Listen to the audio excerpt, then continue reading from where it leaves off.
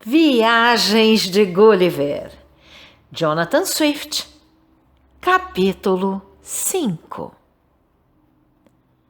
O Império de Blefusco é uma ilha situada ao nordeste de Lilliput e está dele separada apenas por um canal que tem 400 toesas.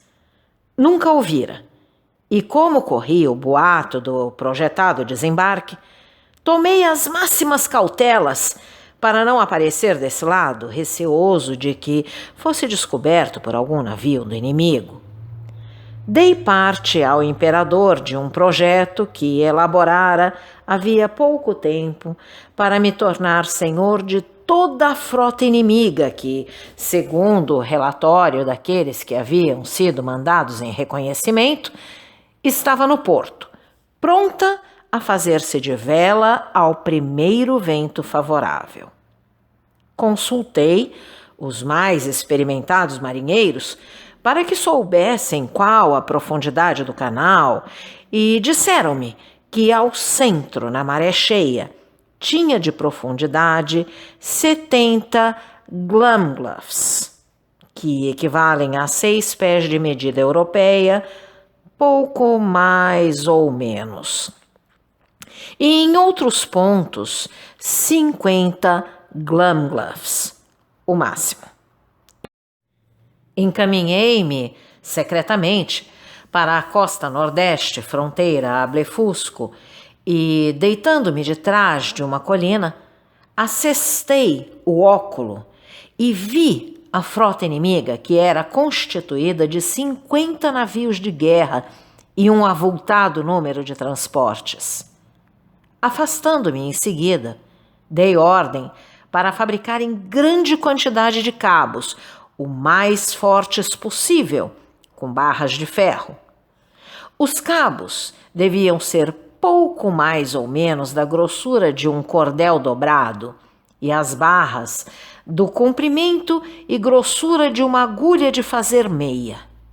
Tripliquei o cabo para o tornar ainda mais forte e, pela mesma razão, torci juntamente 3 barras de ferro e a cada uma delas apliquei um gancho. Voltei à costa nordeste e, metendo debaixo do gibão os sapatos e as meias, entrei no mar. A princípio, entrei pela água com a maior presteza possível e depois nadei até o centro umas toesas, de maneira a achar pé. Cheguei junto da frota em menos de 30 minutos. Os inimigos ficaram tão aterrados com a minha presença que saltaram todos dos navios como rãs e fugiram para a terra. Calculei-lhes o número em 30.000 homens, pouco mais ou menos. Tratei, então, de segurar cada nau pela proa com um gancho preso a um cabo.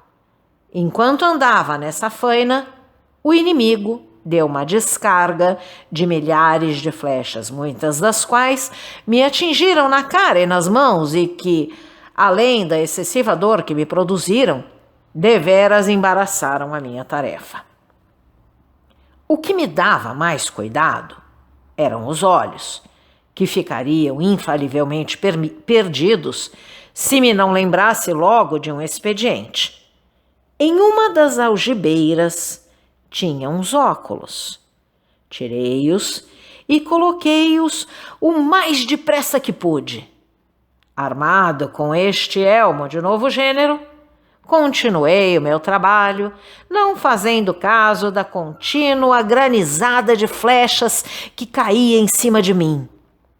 Colocados todos os ganchos, principiei a rebocá-los. O trabalho, porém, resultou inútil, visto como os navios estavam ancorados. Puxei logo do canivete e cortei todas as amarras. Feito isto, num abrir e fechar de olhos, fui sirgando muito à vontade 50 dos maiores navios e arrastei-os comigo. Os blefuscudianos, que não podiam adivinhar qual fosse o meu propósito, ficaram igualmente surpreendidos e confusos. Não me tinham visto cortar as amarras e julgaram que a minha ideia era deixá-los flutuar ao sabor do vento e da maré, fazendo-os se entrechocarem. Quando, porém, viram que eu rebocava toda a esquadra, soltaram gritos de raiva e de desespero. Tendo caminhado por algum tempo e achando-me fora do alcance das suas flechas, parei um pouco para tirar todas aquelas que se me tinham cravado no rosto e nas mãos. Depois, conduzindo a minha presa, tratei de me dirigir ao porto imperial de Lilliput. O imperador, com toda a sua corte, estava na praia, aguardando o êxito da minha empresa. Viam, ao longe, uma armada que se acercava.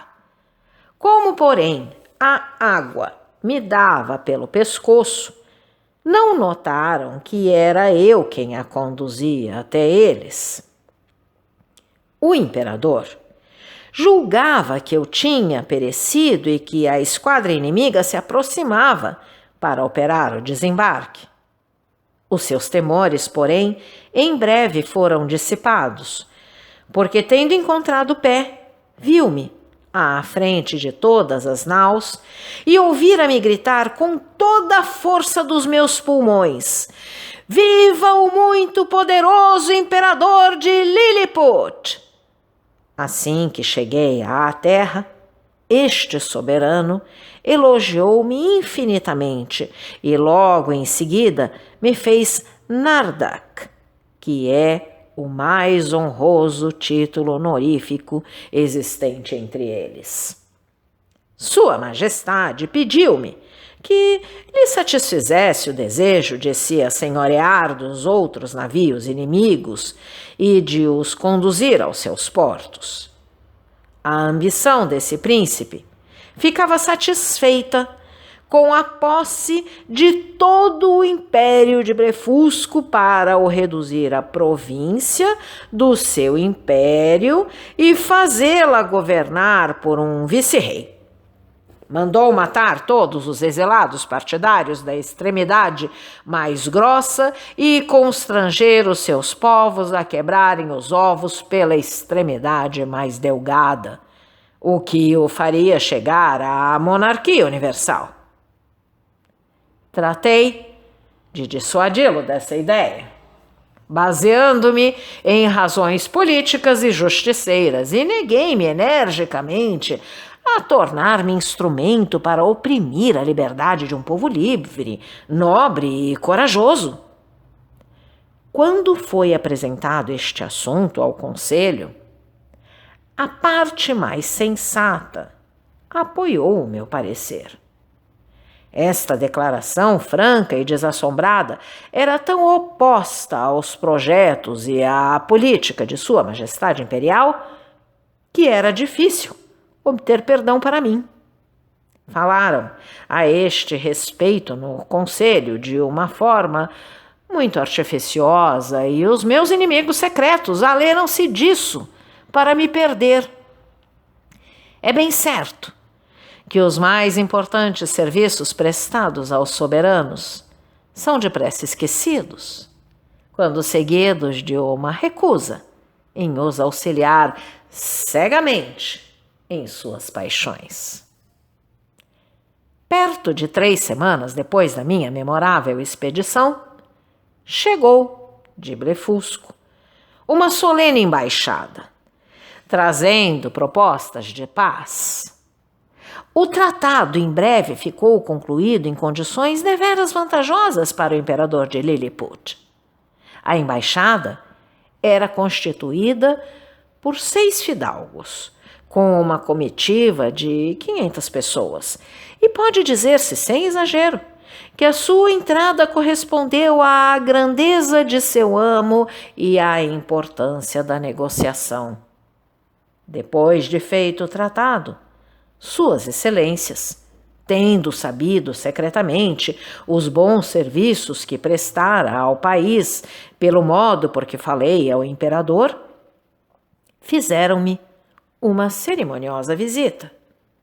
Principiaram por me fazer os maiores elogios acerca do meu valor e da minha generosidade, e convidaram-me, em nome de seu amo, para ir viver em Blefusco. Agradeci-lhes e pedi-lhes que apresentassem os meus mais humildes respeitos à sua majestade blefuscodiana, cujas brilhantes virtudes eram universalmente conhecidas. Prometi visitar sua majestade antes de regressar ao meu país. Passados alguns dias, pedi licença ao imperador para fazer os meus cumprimentos ao grande soberano de Blefusco. Respondeu-me, com uma maior frieza, que fosse quando me apetecesse. Esqueci-me de dizer que os embaixadores me haviam falado por intermédio de um intérprete, visto que as línguas dos dois países são muito diferentes uma da outra. Qualquer das nações gaba a antiguidade, a beleza e a força do seu idioma e despreza o outro. No entanto, o imperador, orgulhoso da vantagem que obtivera sobre os blefuscodianos pela tomada da sua esquadra, obrigou os embaixadores a apresentarem as suas credenciais e a fazerem a sua alocução em língua liliputiana. E, como verdade seja dito, que, em virtude do tráfico e do comércio que existem entre os dois países, da recepção mútua dos exilados e do costume em que os liliputianos estão de mandar a flor de sua nobreza a Blefusco, a fim de se educar e aprender os seus exercícios, há poucas pessoas de distinção no império de Lilliput e também pouquíssimos negociantes ou marinheiros nas praças marítimas que não falem as duas línguas. Por então, tive ensejo de prestar à Sua Majestade Imperial assinalado serviço. Fui acordado certa ocasião, devia ser perto de meia-noite, com os gritos de uma multidão que se juntara à porta de minha casa. Ouvi frequentemente a palavra Borgum. Alguns cortesãos, abrindo passagem por entre a multidão, imploraram-me que, sem detença, me dirigisse ao palácio e que lavrara incêndio nos aposentos da imperatriz por descuido de uma das suas aias que adormecera lendo um poema blefuscodiano. Levantei-me imediatamente e dirigi-me ao palácio, com certo custo, para que não pisasse ninguém na minha passagem, o que consegui. Quando cheguei, vi que já se tinham aplicado as escadas às paredes dos quartos e estavam bem fornecidos de baldes. A água, porém, ficava muito longe. Esses baldes deviam ter, talvez, o tamanho de dedais, e o pobre povo acarretava-os com a máxima solicitude. O incêndio lavrava já com bastante intensidade, e aquele magnífico palácio seria infalivelmente reduzido a cinzas, se, por uma extraordinária presença de espírito, me não ocorresse, de repente, uma ideia. Na noite precedente, tinha bebido em grande quantidade um certo vinho branco chamado Glimmergrain, importado de uma província de Blefusco e que tem grandes propriedades diuréticas. Desatei então a urinar em tal abundância e dirigi o jato com tanto acerto e tão apropositadamente que, dentro de 3 minutos, o fogo estava completamente apagado e o resto daquele soberbo edifício, que custara somas imensas, ficou preservado de tal incêndio. Não sabia se o imperador veria com bons olhos o serviço que acabava de prestar-lhe, porque, consoante às leis fundamentais da nação, era um crime capital e digno da pena de morte verter águas nas proximidades do Palácio Imperial. Fiquei, porém, tranquilo quando soube que Sua Majestade dera ordem ao grão-juiz para me enviar cartas de agradecimento. Disseram-me depois que a imperatriz, experimentando um grande terror pelo ato que praticara, fora transportada para o lado mais afastado do átrio e se resolvera a nunca mais habitar os aposentos que eu ousara macular com ação desonesta e impudente. Então, caro audioleitor, se você gostou deste conteúdo, deixe seu like e inscreva-se no canal ativando o sininho para ser notificado dos próximos vídeos, com os próximos capítulos deste e de outros livros que estarei publicando.